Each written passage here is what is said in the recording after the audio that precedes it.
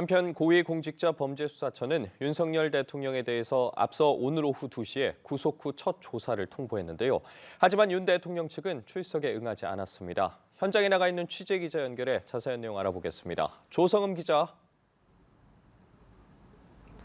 네, 고위공직자범죄수사처에 나와 있습니다. 공수처는 오늘 오후 2시 윤석열 대통령에 대해서 조사를 통보했습니다. 하지만 윤석열 대통령 측은 공수처의 통보에 응하지 않았습니다.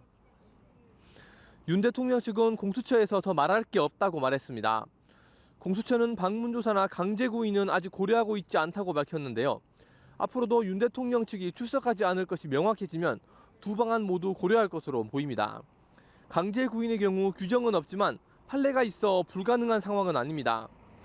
공수처는 구속기한 20일 중 검찰과의 조사일 협의에 대해서 열흘씩 나누기로 잠정 협의한 상황이지만 수사 상황이나 사건 진행 정도를 봐서 결정할 것으로 언급했습니다. 또 윤 대통령의 지지자로 보이는 시위대들이 어제 저녁 영장 심사를 마친 공수처 검사들을 위협하고 공수처 공무 차량에 타이어 바퀴 바람을 빼는 등 차량을 파손하며 위협했는데요. 공수처 관계자는 수사팀에 대한 신변 보호 요청도 검토해봐야 할 문제라고 밝혔습니다. 네, 조 기자. 영장을 발부한 사법부에 대해서 윤 대통령 측이 강하게 반발했는데 향후 대응 방안 어떻게 전망해 볼 수 있겠습니까? 네, 윤 대통령의 변호인 측은 구속영장 발부에 반발하면서 구속적부심 청구를 검토하고 있는 것으로 파악됐습니다. 네, 하지만 이 구속적부심 청구가 윤 대통령 변호인 측의 공식 입장은 아닌 상황입니다. 구속적부심은 서울중앙지법에 신청할 것으로 보이는 가운데 보증금 납입 조건부 석방 등 가능성 역시 남아있는 상태입니다.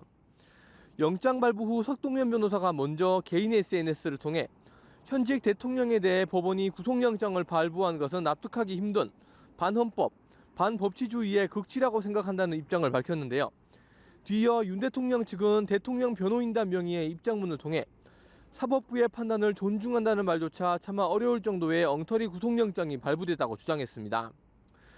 그러면서 윤 대통령과 변호인단이 결코 포기하지 않고 앞으로 모든 사법 절차에서 잘못을 바로잡겠다고 밝혔습니다. 이에 대해 공수처는 강한 유감을 표했습니다. 적법한 절차에 따라서 영장을 발부받았고 이는 범죄 소명이 전제 조건이라고 말했습니다.